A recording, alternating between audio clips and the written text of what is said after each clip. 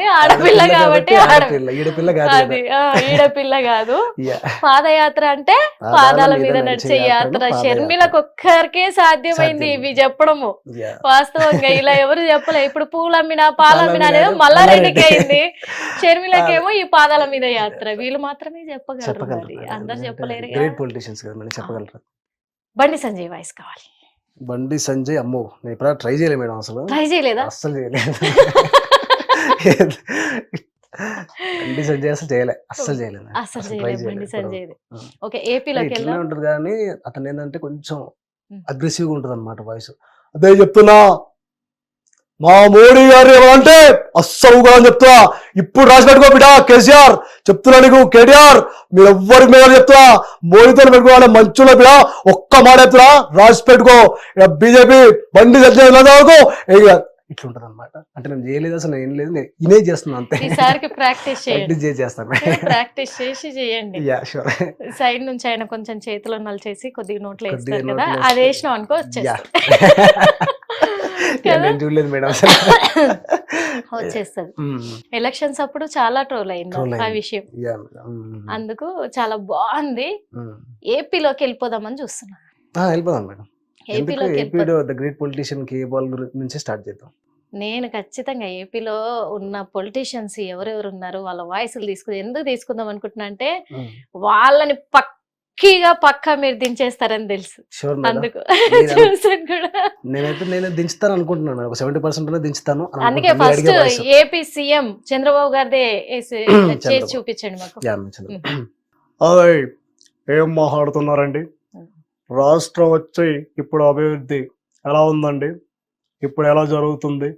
పోయినసారి జగన్ ప్రభుత్వం మీరు చూసే ఉంటారు, అక్రమాలు, ఎన్నో అరాచకాలు. ఇప్పుడు ఏమైందండి, సంవత్సరానికే బంగారు రాష్ట్రంగా తీర్చిదిద్దిన ప్రభుత్వం మన టీడీపీ ప్రభుత్వం. ఇలా మాట్లాడతారండి. అంటే ఏం గమనిస్తున్నా అంటే మీలో నిజంగా చాలా బాగుంది చంద్రబాబు నాయుడుది. మీరు ఏదైనా చెప్పేటప్పుడు ఆ మిమిక్రీ ఎవరిదైతే చేస్తుర్రో వాళ్ళలోకి లీనమైపోతున్నారు. మొత్తం మీ ఫేస్ లో, మీ యాక్టింగ్ లో తెలిసిపోతుంది. వాళ్ళ ఎక్స్ప్రెషన్స్ అన్ని కూడా అందులోకి వెళ్ళిపోతారు, ఆ క్యారెక్టర్ లోకి వెళ్ళిపోతారు. అంటే ఇక్కడ దాదాపు ఇప్పటి వరకు మాకు ఎంత మందిని చూపించారు మీరు? రేవంత్ రెడ్డి గారిని, రఘునందన్ రావు గారిని, కేసీఆర్ గారిని, కేటీఆర్ గారిని, ఫస్ట్ షాయాజీ షిండే. చాలా అంటే చాలా బాగా వాళ్ళ క్యారెక్టర్ లో ఇన్వాల్వ్ అయిపోతున్నారు. ఆ ఇది కనిపించేస్తుంది ఫేస్ లో కూడా, వాళ్ళ ఫేస్ లో వచ్చే అవి కనిపిస్తున్నాయి.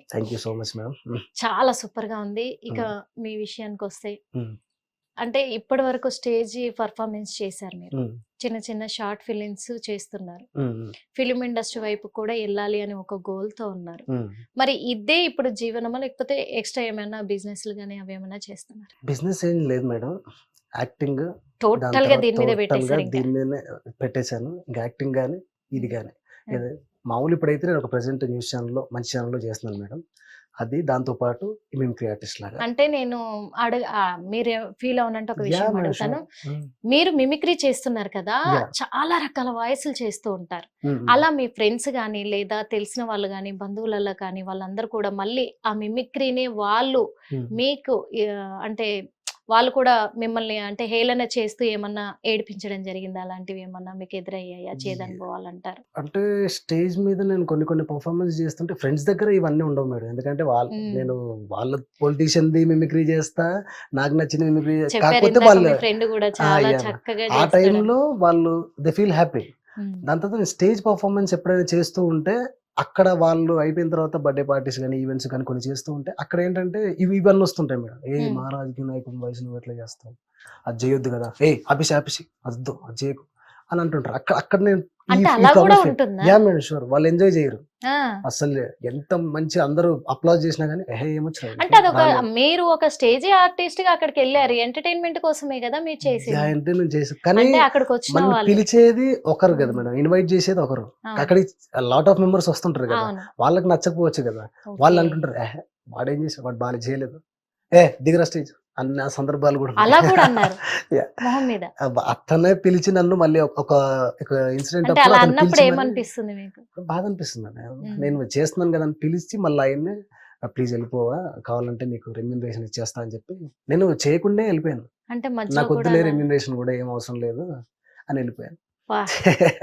అంటే మీ లైఫే ఒక మిమిక్రీ అయినప్పుడు అలాంటి ఆ ప్రదర్శనను మీరు అక్కడ అందరికి ఎక్స్పోజ్ చేయాలనుకున్నప్పుడు దాన్ని మధ్యలో ఆపేసి అలా పంపించినప్పుడు నిజంగా బాధ వేసి ఉంటది కదా. చెప్పలేక కళ్ళకి నీళ్ళు తిరిగాయి మేడం ఆ రోజు. అది కళ్ళలో నీళ్ళు కానీ అక్కడికి ఆపేస్తే అయిపోదు కదా madam, we have to go. ఖచ్చితంగా ఖచ్చితంగా ఎందుకంటే ఆ ప్రయాణం ఆపేది కాదు కదా. అది మీ టాలెంట్, మీరు ఎంత కష్టపడి నేర్చుకుంటుంటారు. ఎప్పుడైనా మీరు మిమిక్రీ చేస్తున్నప్పుడు ఎవరైనా ఏ ఆపరాబాయ్ ఊరికే ఏం చెప్తున్నావు ఇలా అంటూ ఉంటారు నచ్చని వాళ్ళు. అవును మేడం, ఇప్పుడు ఇదే మేడం నాకు జరిగిన సంఘటన. ఇందాక మీకు చెప్పాను కదా, డైరెక్ట్ గా అన్నాడు ఆపేసే ఏం చేసి నీకు అసలు చేయనికనే రాదు పో అని చెప్తే అతను పిలిచి మళ్ళీ ఇప్పుడు వాళ్ళ ఫ్యామిలీస్ వాళ్ళు చూసుకోవాలి కదా మేడం, వాళ్ళ రిలేటివ్స్ వాళ్ళ ఫ్యామిలీస్ వాళ్ళు ఎవరున్నారో వాళ్ళు చూసుకోవాలి కదా. ఇంకా మనం ఒక ఈవెంట్ లాగా పోయి మనం అక్కడ పోయి మనం ప్రదర్శన చేయాలనుకుంటున్నాం కానీ మనకి ఇవన్నీ అట్లాంటి రెస్పెక్ట్స్ కూడా ఇవ్వాలి అని. అంటే అలాంటప్పుడు మీకు అనిపించిందా వీళ్ళు వాళ్ళు ఇలా అంటున్నారు స్టేజ్ పర్ఫార్మెన్స్ చేస్తున్నప్పుడు ఎందుకు నేను మానుకుంటే ఇదంతా ఉండదు కదా అని ఎప్పుడైనా అనుకున్నారా? అనుకోలేదు మేడం, ఎందుకంటే అప్పుడు నేను బాధపడి నేను అనుకుంటే ఇప్పుడు మీ ముందు నేను ఇట్లాంటి పెక్యులర్ వాయిస్ చేయలేను కదా. ఇవన్నీ మీ ముందు మీరు నన్ను ఇంటర్వ్యూ చేయరు కదా, నేను అప్పుడు అనుకుని ఉంటే. అందుకే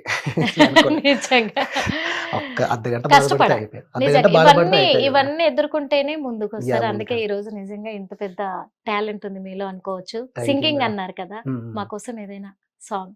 ఆడాళ్ళ ప్రేమ వల్ల పిచ్చి పట్టిన మగాళ్ళెందరో, మరి మగాళ్ళ ప్రేమ వల్ల పిచ్చి పట్టిన ఆడది ఉందా?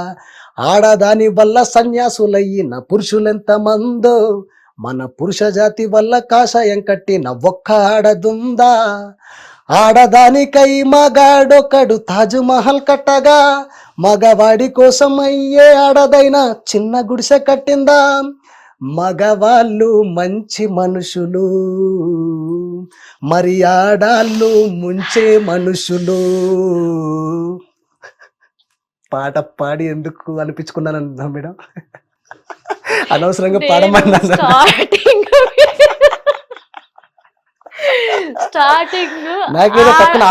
ఆడవాళ్ళు అనగానే ఏదో మా గురించి పొగుడుతూ పాడుతున్నారు అబ్బా అనుకున్నా. అసలు పొగుడుకుంటూ నేను పాడను మేడం ఆడవాళ్ళు. ఒక మంచి పాట మా కోసం పాడొచ్చుగా, ఆడవాళ్ళ కోసం. మీరు ఎంతసేపు అంటే ఇప్పుడు నేను పాడింది ఆడవాళ్ళ గురించి madam. Okay, no comments, no comments దీనిపైన. ఓకే, పాట ఎలా పాడినా చెప్పలేదు మేడం. బాగుంది బాగుంది బాగుందని ఒప్పుకోవాలి. ఏం చేస్తాం, ఎందుకంటే బాగా పాడారు కాబట్టి దానికి ఇచ్చే కాంప్లిమెంట్. కానీ మీరు పాడిన లిరిక్ ఇయ్యలేను, లిరిక్స్ కాదా? Okay, thank you madam. లిరిక్ ఇయ్యను. అందులో మమ్మల్ని తిడితే నేను ఎందుకు ఇస్తాను కామెంట్? ఆడవాళ్ళకి చిన్న గుడిసె కూడా కట్టలేదంట. అంటే ఆడవాళ్ళ గురించి నేను పాడినా కానీ మీరు కాంప్లిమెంట్ ఇచ్చారంటే చాలా great madam. I'm really thankful. మంచిగా పాడారు, ఖచ్చితంగా ఇవ్వాల్సిందే. అందుకే ఇచ్చాను ఇంకా, ఎందుకంటే లిరిక్ ఇయ్యలేను. మీరు అడిగినా ఇయ్యలేను ఆ లిరిక్. నేను పాడమన్నా చూసారా, అది అలా అనిపించింది. ఓకే, సూపర్, బాగుంది పాట. అంటే ఒక సింగర్ గా కూడా ఆ ఫ్లో బాగుంది. ఇంకా మీరు ట్రై చేస్తున్నారని నాకు కూడా అర్థమైంది. ఇంకా యాక్టింగ్ పరంగా అన్నారు, మరి యాక్టింగ్ పరంగా ఇప్పుడైతే కొంచెం షార్ట్ ఫిలిమ్స్ అవి చేస్తున్నారు. ఒక్కవేళ వెండి తెరకు వస్తే సినిమా వైపుకి వస్తే ఒక్క హీరో డైలాగ్ ఏమన్నా చెప్పగలరా? సినిమా హీరోకి వస్తే మనం పొలిటీషియన్ నుంచి స్టార్ట్ చేసాం, లేదంటే నవరసాలు తీసుకుందాం. రెడీ? ఓకే మేడం, మీరేమన్నా అడుగుతారా? నేను చెప్పను, మీరే చెప్పేసేయండి చక్కగా. యా మేడం, మనం అనుకున్నాం కాబట్టి పవన్ కళ్యాణ్ గురించి, పవన్ కళ్యాణ్ నుంచి తీసుకుందాం. నిజంగా ఇప్పుడు మీరు నన్ను ఇంటర్వ్యూ చేస్తుంటే నాకు చాలా సంతోషంగా ఉంది.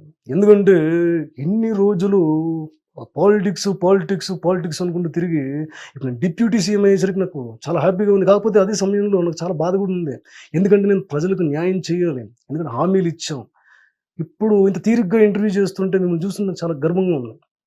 ఎందుకంటే ఒక అమ్మాయి అయ్యుండి మీరు నన్ను ఇంటర్వ్యూ చేస్తున్నారంటే I'm really proud of you. నిజం, బాగుందమ్మా, చాలా బాగుంది నువ్వు ఇంటర్వ్యూ చేయడం, థ్యాంక్ యూ. ఎందుకంటే పోనీలే పవన్ కళ్యాణ్ ఇంటర్వ్యూ చేశానని చెప్పారు, ఫ్యూచర్ లో అది నెరవేరుద్దా అనే ఇదిలో ఉండాలి, కానీ ఇప్పుడైతే చేశాననే ఫీల్ తో ఉన్నాను హ్యాపీగా. చేస్తారులే madam. Thank you so much. అంటే అటు పొలిటీషియన్ గా ఇటు హీరోగా కూడా ఇది చేశారా? God bless you. కాల్ చేద్దాం. గాడ్ బ్లెస్ యూ నాన్న. 150 దేశాలు తిరిగాను, కానీ ఎంతమందికి బ్లెస్సింగ్స్ ఇచ్చాను. ఎవరైనా ఇప్పుడు నన్ను దేకుతున్నారా? లేదే. ఎందుకంటే ఈ కేఏ పాల్ వాల్యూ వాళ్ళకి తెలీదు. అర్థమైందా? తినడం తొంగడం కాదమ్మా, అసలు అర్థం చేసుకోవాలి. God bless you. ఏంటి అర్థమవుతుందా? గాడ్ బ్లెస్ యూ నాన్న. 150 దేశాల ప్రెసిడెంట్స్ కి బ్లెస్సింగ్స్ ఇచ్చినాను. ఇప్పుడు నా దగ్గర ఎవరు బ్లెస్సింగ్స్ తీసుకోవట్లేదు. ఏంటి అంత పెద్ద లీడర్స్ వీళ్ళే? నువ్వే చెప్పు. God bless you. నవరసాలు చేద్దాం. ఓకే. మీ వాయిస్ తోనే చెయ్యాలి కదా, వేరే ఆర్టిస్ట్ల వాయిస్ తో అవసరం లేదు, మీ వాయిస్ తోనే చేయాలి. సరే, నా వాయిస్ తోనే మీకు ప్రపోజ్ చేస్తాను మేడం. ఇది సింపుల్ కదా, అలా ఇదేదో బాగుంది కదా. అవన్నీ కరిగించి అవన్నీ బదులు నా వాయిస్ తో అయితే డిఫరెంట్ ఇప్పుడు టైప్ ఆఫ్ ప్రపోజల్. నవరసాలలో నాకు ప్రపోజ్ చేయబోతుంది. యా మేడం, నవరసాలలో కాదు, నా వాయిస్ తోనే అదే మీకు ఒక proposal, different type of proposal ఇస్తాను నేను. ఓకే ఓకే, మేము రెడీ. तू ही स्नेहामी संस्कृत मोई तुम बाल बाबो असमीस मई चाय चाइन में कश्मीरी तुम अगेन मगचो कोंकणी माँ तू को प्यार कहवा हियान सिंधी एन नंग नुंसी मणिपुरी हूँ तुम्हें प्रेम करो गुजराती मैं तुम्हें प्यार करो राजस्थानी मैं तुला होपस प्रेम करो तो मराठी ഞാൻ നിന്നെ സ്നേഹിക്കുന്നു മലയാളം ഞാൻ നിന്നെ കാതലിക്കുന്നു തമിళ్ मैं आपसे प्यार करता है उर्दू मुझे तुमसे प्यार है हिंदी నేను నిన్ను ప్రేమిస్తున్నాను Telugu I love you English. అంటే ఇన్ని లాంగ్వేజ్లలో ప్రపోజ్ చేయడానికి అన్ని అంటే మీకు ఎన్ని లాంగ్వేజ్ వచ్చో అది చెప్పండి ఫస్ట్, దాన్ని బట్టి నేను క్లారిటీ తీసుకుంటా. ఇది ఒకటి మాత్రం మిమ్మల్ని ప్రపోజ్ చేయడం మాత్రమే నేర్చుకున్నాను మేడం, అంతే. మీకు ప్రపోజ్ చేయడం మాత్రం. నన్ను ప్రపోజ్ చేయడానికి ఈ లాంగ్వేజ్ నేర్చుకున్నాను. ఇదేదో బాగుంది. అయితే నార్మల్ గా అయితే ఒకటే లాంగ్వేజ్ వచ్చా? ఒకటి రెండు, హిందీ ఇంగ్లీష్ తెలుగు, అంతే కదా. పోనీలే, అన్ని లాంగ్వేజ్లలో ప్రపోజ్ చేశారు. Thank you. ఓకే, బాగుంది. అయితే నేను ఒక డైలాగ్ చెప్తా మీకు, మహేష్ బాబు డైలాగ్ చెప్తా. ఎవడికి కొడితే దిమ్మ తిరిగి మైండ్ బ్లాక్ అయిపోద్దో వాడే పండుగాడు. దీన్ని మీరు హ్యాపీగా ఎలా చెప్తారో చెప్పండి. ఎవడు కొడితే దిమ్మ తిరిగి మైండ్ బ్లాక్ అయిపోతుందో వాడే పండు. Hit TV app